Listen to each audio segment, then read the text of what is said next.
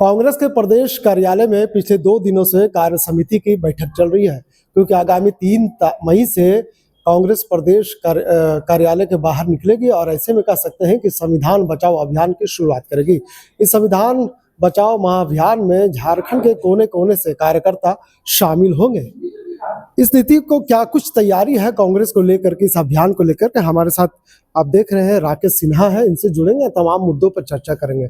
आगामी 3 तारीख से कांग्रेस द्वारा संविधान बचाओ अभियान की शुरुआत की जा रही है। इस अभियान में पूरे जिले से लोग शामिल होंगे। क्या संदेश देना चाह रहे हैं? नहीं, संदेश साफ है कि जिस प्रकार केंद्र की सरकार लगातार संविधान पर और संवैधानिक संस्थाओं पर हमला कर रही है, जो गरीब तबके के लोग हैं, दलित हैं, आदिवासी हैं, अल्पसंख्यक हैं, संविधान ने जो मौलिक अधिकार उनको दिया है, संविधान को बदल करके उनके मौलिक अधिकारों को खत्म करने का प्रयास भारतीय जनता पार्टी की केंद्र सरकार, देश के प्रधानमंत्री उसके दिशा में एक प्रयास कर रहे हैं। तो स्वाभाविक तौर पे हमारी जवाबदेही बनती है कि हम इस प्रयास को रोकें और हम संविधान किसी कीमत पर ना बदलने दें, ये शपथ लें। तो आगामी 3 मई को वही संविधान बचाओ रैली आयोजित की गई है और इसमें स्वाभाविक तौर पे पूरे राज्य के कांग्रेस के लोग, जिनको संविधान के प्रति आस्था है, एनजीओ लोग, तमाम लोग उस रैली में शिरकत करेंगे। बीजेपी कह रही है कि संविधान तो हम बचा रहे हैं, कांग्रेस तो सिर्फ हवा में बात कर रही है। पता नहीं अब संविधान कैसे वो बचा रहे हैं, मेरे समझ से परे है। उन्होंने कल कहा है मुझे, निशिकांत दुबे जी का जब बयान पढ़ते हैं तो पता चलता है कि संविधान कैसे बचा रहे हैं। जब भारतीय जनता पार्टी के उन सांसदों का बयान देखते हैं कि आप हमें 400 सीट दे दो, हम देश का संविधान बदल देंगे, तो पता नहीं कैसे वो संविधान बचा रहे हैं। जेपी नड्डा कह रहे हैं कि निशिकांत दुबे का जो बयान था उनका अपना व्यक्तिगत बयान था, पार्टी से कोई लेना देना नहीं है। अगर इस तरह का बात निशिकांत दुबे ने कहा तो पार्टी उस पर कार्रवाई करेगी। तो पल्ला झाड़ते हुए नजर आए। भारतीय जनता पार्टी की तो पुरानी का आदत है, इसी में तो वो माहिर है। देखिए, ये रणनीति को समझना होगा।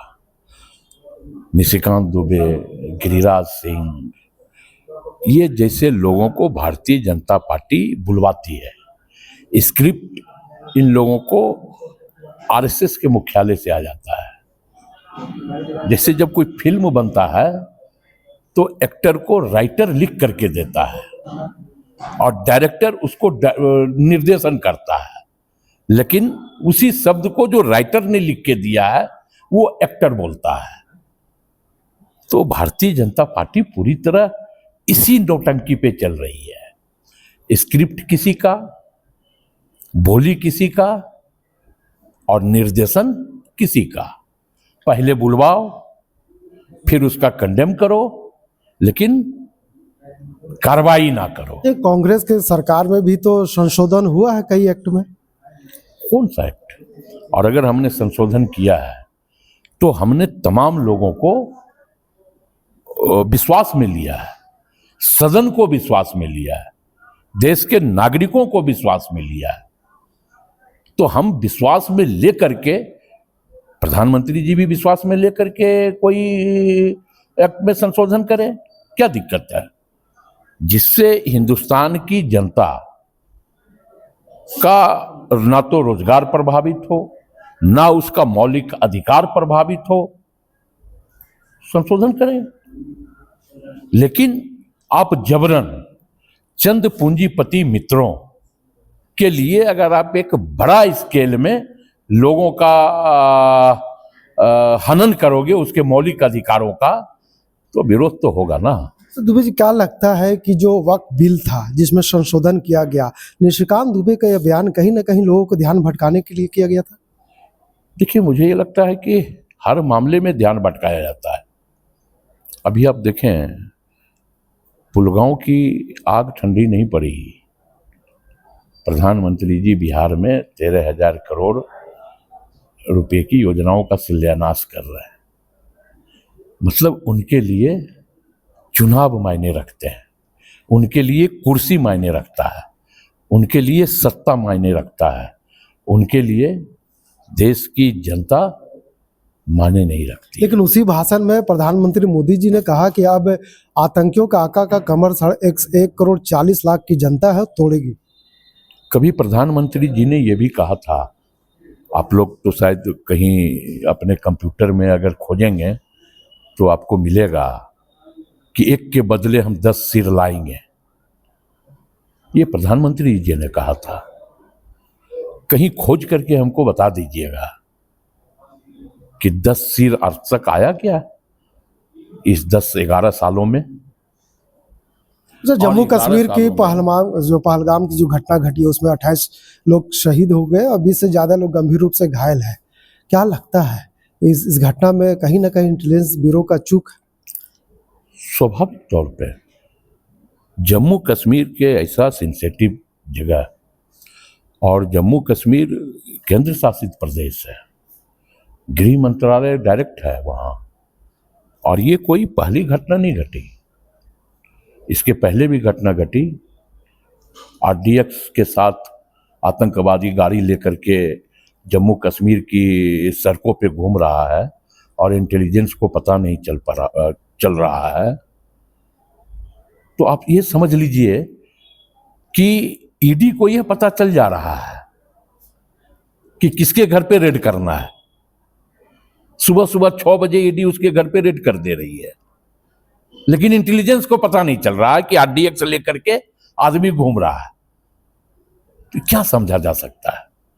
मतलब मैं ये कहता हूं कि इस घटना पे मैं राजनीति नहीं कर रहा और इस घटना पे राजनीति होनी भी नहीं चाहिए। कांग्रेस पार्टी ने साफ शब्दों में कहा है कि मैं आपके साथ हूं, हमारे लिए देश की एकता और अखंडता सबसे ज्यादा महत्वपूर्ण है, हमारे लिए कुर्सी महत्वपूर्ण नहीं है।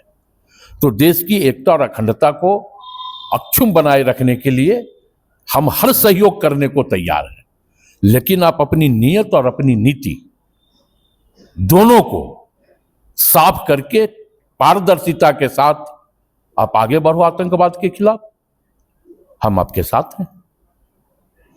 लेकिन उसी घटना में मनीष रंजन जो आईबी के जवान थे शहीद हो गए। आज उनका पार्थिव शरीर रांची के एयरपोर्ट लाया गया, लेकिन सरकार की तरफ से ना कोई मंत्री ना कोई विधायक उनके पुष्प चक्र चढ़ाने के लिए पहुंचे थे। नहीं, ये बिल्कुल हमें लगता है कि इस प्रकार ये घटना की जानकारी, मतलब इस मामले की जानकारी नहीं मिली होगी, या कहीं कोई ये रहा होगा जो संवादहीनता जिसे हम कह सकते हैं। तो लेकिन स्वाभाविक तौर पे जाना चाहिए। अगर हम लोगों को भी पता रहता, किसी स्तर पे मीडिया के कर्मियों के द्वारा भी कोई सूचना प्राप्त नहीं हुई, ना तो अखबारों में छपा और ना आप लोग के चैनल टीवी के माध्यम से ये खबर मिली, तो स्वाभाविक तौर पे अगर खबर मिलती तो कहीं ना कहीं लोग जाते। ये संवादहीनता है। मुख्यमंत्री जी विदेश दौरा पे है, वहां के निवेशकों को निमंत्रण दे रहे झारखंड के लिए, क्या कुछ हो सकता है? हमारी नीयत और नीति साफ है, इसलिए हम हाथी नहीं उड़ा रहे हैं। हम राज्य की जनता की गाढ़ी कमाई टेंट लगा के खर्च नहीं कर रहे हैं, करोड़ों रुपया अरबों रुपया का बंदर बाट नहीं कर रहे हैं। हम उनके दरवाजे जा रहे हैं और हम कह रहे हैं कि आप आइए। झारखंड तमाम संसाधनों से युक्त राज्य है, हम आपको तमाम संसाधन उपलब्ध करवाएंगे, पर्यटन के क्षेत्र में हो या अन्य क्षेत्रों में हो। आप रोजगार डेवलप कीजिए, हम आपके साथ हैं, सरकार आपके साथ है। और स्वाभाविक तौर पे अगर इस राज्य में रोजगार डेवलप होता है तो राज्य का भी विकास होगा, राज्य के युवाओं को भी नौकरी मिलेगा। और हमने पहले ही विधानसभा से पारित किया है, कैबिनेट से पारित किया है कि हम 75% निजी क्षेत्रों में आरक्षण यहाँ के युवाओं को दे रहे हैं। तो मतलब अगर कोई रोजगार डेवलप होगा तो इसी राज्य के युवा उसमें 75% होंगे। अगर 100 लोगों की अगर आवश्यकता होगी उस कंपनी में, उस फैक्ट्री में, तो उसमें 75 व्यक्ति हमारा होगा, इस राज्य का होगा, तो एक डेवलपमेंट होगा। तो हमारी नीयत और हमारी नीति तो बिल्कुल साफ है। हम ये नहीं कर रहे हैं कि 15-15 लाख रुपए अकाउंट में दे देंगे। आज तक हम अकाउंट खोज रहे हैं, हमको लग रहा है बाबूलाल जी के अकाउंट में आया है कि नहीं आया है। राकेश जी, एक सवाल ये भी है कि अब राज्य की महिला फिर से सरकार से सवाल पूछ रही है कि महीना बीतने वाला है, मुख्यमंत्री मैया सम्मान योजना की राशि कब आएगी? देखिए, मुख्यमंत्री मैया सम्मान योजना की राशि हमने दिया है। हम सिर्फ जुमला नहीं फेंके हैं ना कि हम 15-15, इसीलिए मैंने कहा, मुझे पता था कि ये प्रश्न आप करेंगे। पिछले महीना का मिला, इस महीना का बाकी है, इसलिए मैं सवाल इसलिए पूछ रही है। भाई 10 साल से 15 लाख रुपए आपके अकाउंट में आया। पूछिए दीपक प्रकाश जी से, उनके अकाउंट में आया। बाबूलाल जी से, निशिकांत दुबे से, अगर उनके अकाउंट में भी अगर आ गया रहता 15 लाख रुपया तो हम मान लेते कि चलो कम से कम अपने लोगों के अकाउंट में दिया। हमारा मैया सम्मान योजना सिर्फ 1 महीना का है ना, हम देंगे, हम तो कर रहे हैं, हमने दिया है। ऐसा नहीं है कि हम जुमला फेंके हैं, हम दिए भी हैं। एक साथ 2-2 महीना का पैसा हमने दिया है मैया सम्मान योजना में, हम देंगे पैसे, दे रहे हैं। अंतिम सवाल ये है कि संविधान बचाओ जो महारैली आप कर रहे हैं, सिर्फ प्रदेश के मुख्यालय तक है या फिर पूरे राज्य में है, ये पूरे प्रखंड में है, पूरे पंचायत में होगी। ये राज्य के तमाम ब्लॉकों में, तमाम जिलों में ये संविधान बचाओ रैली होगी, अभियान होगा। इसके स्वरूप अलग अलग होंगे, लेकिन ये कार्यक्रम प्रखंड स्तर से, पंचायत स्तर से ये कार्यक्रम चलेगा। ये पूरा 40 दिन का हम लोगों का कार्यक्रम है। बिहार में चुनाव की सुगबुगाहट जाग चुकी है, इस बार कांग्रेस महागठबंधन के साथ क्या कर पाएगी? क्या लगता है आपको कि जिस तरह से आरजेडी के नेता बोलते हुए नजर आ रहे हैं कि इस बार जो दावा ठोक रहे हैं कि ज्यादा से ज्यादा सीट पे चुनाव लड़ेंगे हम, क्योंकि उनका हक बनता है, वहां के लार्जेस्ट पार्टी है, कांग्रेस कहाँ खड़ा होती नजर आ रही है? इसका फैसला देखिए, अभी वक्त है और एक बैठक हो चुकी है।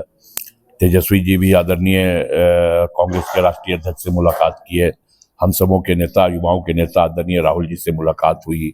हमारे वहाँ बिहार के जो प्रभारी हैं अल्लाह अर्जुन जी, उनसे भी संपर्क में है। तो तमाम चीज़ें, तमाम बातें हो रही है और स्वाभाविक तौर पे एक मजबूत गठबंधन होगा और वहाँ एनडीए जो है नेस्तो नाबूद होगा और इंडिया का डंका बजेगा। तो आने वाले 3 तारीख से कांग्रेस तमाम मुख्यालय से लेकर के तमाम पंचायत मुख्यालय में भी संविधान बचाओ अभियान की शुरुआत करे। ऐसे में एक मैसेज देना चाह रही है केंद्र सरकार को, जिस तरह से उन्होंने संविधान को खतरे में लाने का काम किया, वहीं कांग्रेस इसे बचाने का प्रयास कर रही है। फिलहाल इस खबर के लिए यहीं तक। वीडियो जर्नलिस्ट फैयाज के साथ मैं नौशाद, कोल्हापुर संवाद, रांची।